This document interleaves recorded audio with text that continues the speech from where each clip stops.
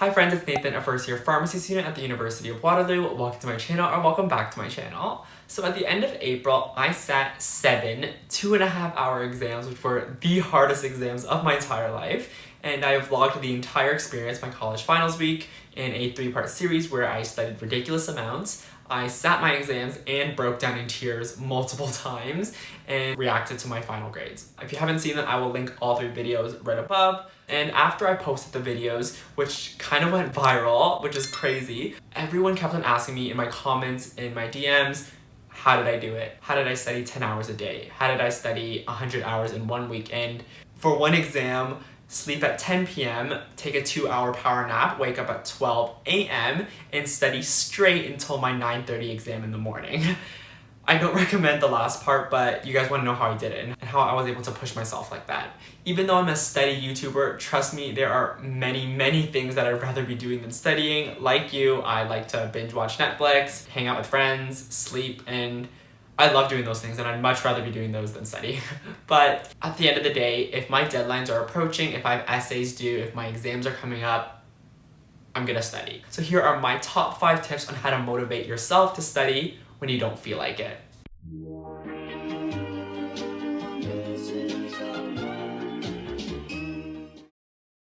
So the first step is to change the narrative. Now, when I say the word studying, what comes to mind? Take a second, I'll give you 4 seconds or so. Think about what comes to mind. Did stress come to mind? Boring? Tiring? These are all characteristics that you have associated with studying based on either past experiences or from media, but they're basically things that you have correlated to studying. By definition, studying is the act of devoting time and attention to acquiring knowledge. And to me, that sounds pretty cool, and that's not just because I like studying. Who wouldn't want to learn new stuff, learn interesting stuff, be smarter, know more about the world? I think these are all really positive things. And if you're able to replace your negative thoughts with positive ones, Freaky Friday all up in here, your relationship to academia changes. You begin to view studying differently, in a different light, as a means of bettering yourself rather than it is a chore and something that you're dreading. Going with that, we have to stop saying phrases like, I can't do this, or I'm going to fail. The more we say things like this, the more we start to believe it, and then it becomes a self-fulfilling prophecy. And it becomes really dangerous when we start to say, well, if I'm gonna fail anyways, what's the point of studying? At that point, you've given up. I think we often forget how much power and control we have over our exam success. We always think that it's just up to the professors or examiners or teachers on how hard they make the questions. But in reality, a lot of it depends on how you prepare for these exams, how much you study, what you study. All these factors come into play. That thought that I mentioned previously about what's the point of studying if you're going to fail or if you don't understand the content, there's always a point of studying. I guarantee you that studying will get you a better mark than if you hadn't had study. And that's the point. That's the point right there, for you to do as best as you can based on what you have available. Don't let fear stop you from achieving something that you are so capable of. You're so capable. Tip number 2 is romanticize studying. Now, this is something that many of us have been doing for quite a long time, but it was only recently until society gave it a name. Romanticizing studying is essentially making studying seem more appealing than it really is. I'll give you an example. So when I study always in the morning when it's nice and bright outside, birds are chirping.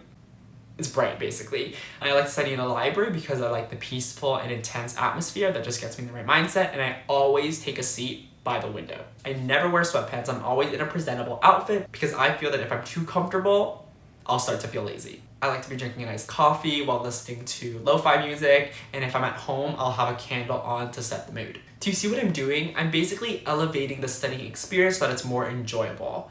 On the contrary, I could have said that I study on my floor in my room at 1 a.m. in the dark. That does not sound enjoyable whatsoever. Romanticizing is also about positive association. So I love iced coffee, but I only drink iced coffee when I do work. If I want to enjoy that nice sip of caffeine, that rich espresso, I'm gonna have to do work. The two are connected, and that's how I've always perceived it. If I'm gonna work, I'm gonna get my coffee, and that makes me happy. The same goes with lo-fi music. I love lo-fi because it gives me that chill vibe, but I only listen to it when I do work. Meaning, it's something to look forward to. If I'm gonna do work, I know that I can listen to that music and just get into the zone and feel calm and zen. And now is the perfect time to tell you about Chill Hop Nostalgic, who has kindly sponsored today's video. Chill Hop Nostalgic is a company that runs a 24/7 live lo-fi music radio, which is perfect for those study sessions, short or long. Because it's 24/7, you can literally just have it playing on the background, which is pretty cool because you'll never run out of a song. They have a live chat feature which allows students from across the world to have conversations and to motivate each other, which I find really incredible. I love having the music just playing in the background while I do light studying, while I respond to emails and comments, and it just sets the vibe. The channel was created by a fellow subscriber, which makes me so proud. I love that this community is so hardworking, eager to try new things and follow their passions. And if you have a project that you're working on, definitely reach out and I'll try my best to support you on it. Make sure to check out Chill Out Nostalgic's channel, which I've linked in the description box below. So once you've romanticized your studying and you know what your aesthetic is, stick to it. For me, I'm a morning person. I do my best studying in the morning. Past 8 o'clock, I'm not productive, so I'm not gonna try to be productive past 8 o'clock. There's no point. Another example, I do my best studying at the library. I like the separation between home and work, so I try to get all my work done at the library. Because I know that works well for me, if I'm gonna be at the library, I'm gonna study. If I'm not at the library, I'm not gonna study. And once you've made those associations, those romantics are gonna motivate you to study. Tip number 3, don't think, just do. The hardest part about studying is getting started, and I know we can all agree because we tend to overthink it.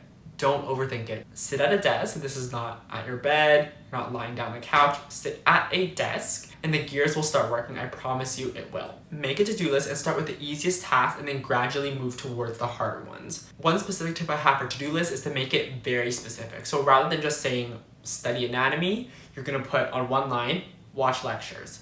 On another one, practice problems.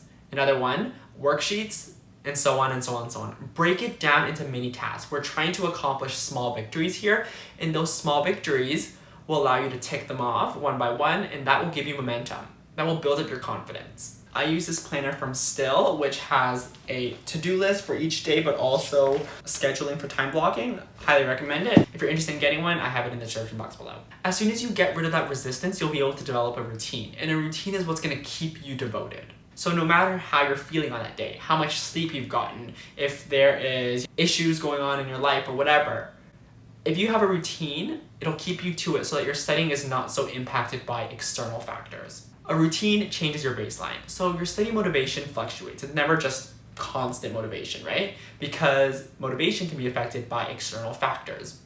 So let's say it fluctuates high, low, up, down, up, down, up, down, up, down, down, up, down. Down here, this is your baseline, right? You're not feeling it, you're down here. With a routine, your down here is up here now, okay? It's increased. So therefore, your highs and your lows are also higher, and therefore you're at a higher level of productivity. I hope that makes sense. I feel like I was just doing a little dance, but that's how I thought it was best to explain it.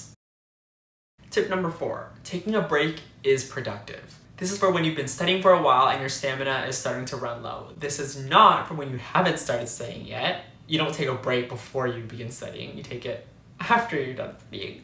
I'm making that very clear. So you've been studying for the past 4 hours and you have 2 more hours to go. You're almost there, but you're exhausted. You may think that you can continue and just power through it, but you're not a robot. It's okay to take a break. I'm guilty of this, especially when it comes to food. I won't allow myself to eat until I finish a chapter. But if it's 2 p.m. and I haven't eaten lunch and all I'm thinking about is lunch, I'm gonna have lunch. Firstly, I'm running low on brain fuel. And second of all, I'm distracted, so I'm probably not even gonna retain what I'm studying. So that's when you need to understand that a break can make all the difference. I recommend taking a walk, meditating, grabbing a snack, showering.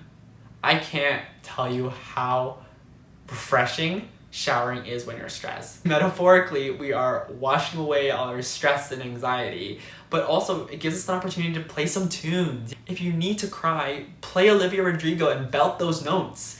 If you need to hype yourself up, play whatever music that makes you feel like that person. I mean, it doesn't get more safe than a shower, right? That's a safe place. So just let your emotions go and just do what you need to do. Once you're refreshed and mentally stable and your mind is clear and it's not ringing, your efficiency and your quality of work will be that much better. And that is why I always say that self-care is productive.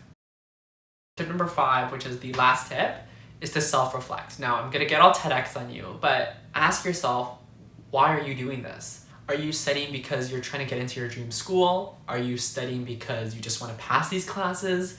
Or are you studying so that you can make yourself proud and your family proud? Whatever it is, remind yourself of that reason and why you are willing to endure the hardships of academia.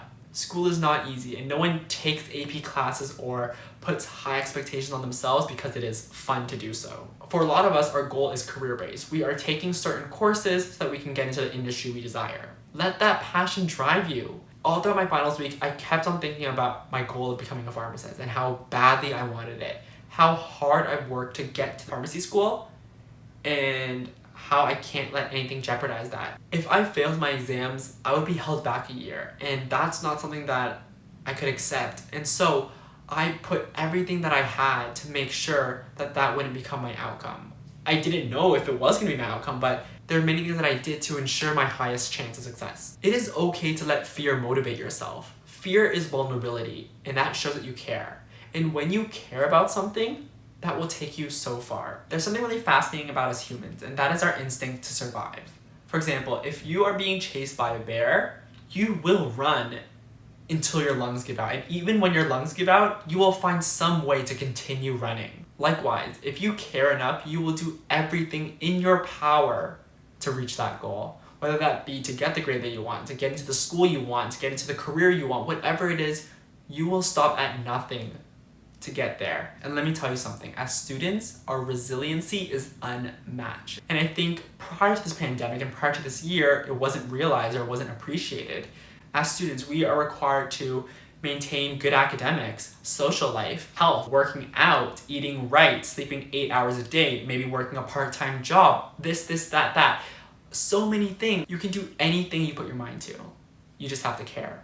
I told you it was gonna be very TEDx.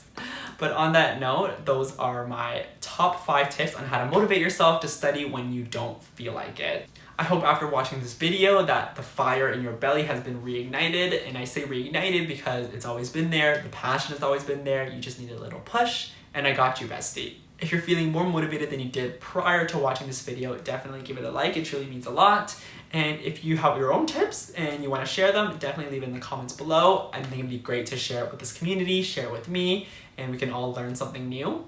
And if you want to see more from me, make sure you hit the subscribe button, turn on post notifications because I upload a new video every single Tuesday. And if you want to see more day-to-day content, you can follow me on Instagram at nathan.woo. But that's it for me, and I'll see you friends in the next video. Bye. Missing someone